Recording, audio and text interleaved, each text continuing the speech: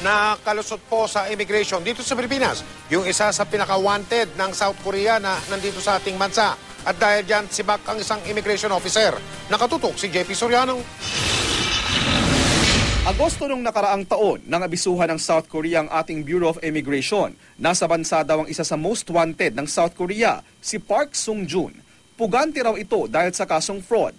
Kaya naman inilagay sa blacklist summary deportation order ng immigration si Sung-joon. Hindi siya makakalabas ng bansa at kailangan siyang i-turn over sa Korean Police Attaché na nasa Pilipinas. Inumpisahan na rin ang manhunt laban kay Sung-joon. Pero laking gulat daw ng BI. Tinawagan daw sila ng konsul ng embahada ng South Korea. Naaresto na raw sa Busan, South Korea si Sung-joon. Naninita pa raw ang South Korea kung bakit hindi sila inabisuhan na nakaalis pala ng bansa si Sung-joon. Kaya ang Department of Justice agad pinaimbestigahan ang insidente.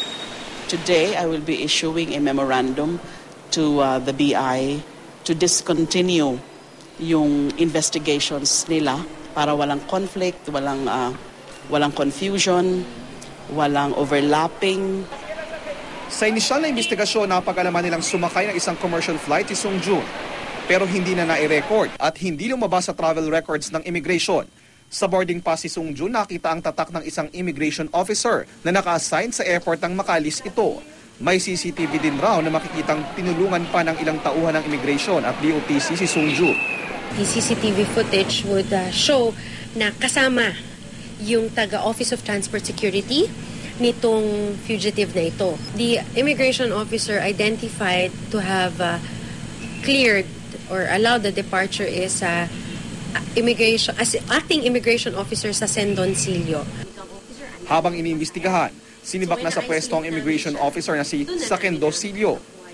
Dahil this person is blacklisted because he already has a summary deportation order, he should not have been allowed to depart. Hinuli siya dapat. Posibleng maharap sa reklamong administrative at criminal case na harboring an illegal alien, ang opisyal at iba pang posibleng sangkot. Ibinigay na rin ng immigration sa DOJ investigating panel ang lahat ng records at CCTV para sa investigasyon. Sinisika pa ng GMA News na makuha ang panig ni Sendoncillo. Nang subukan namin siyang hagilapin sa tanggapan ng immigration, sinabi sa aming agad daw itong umalis matapos mag-report kaninang umaga.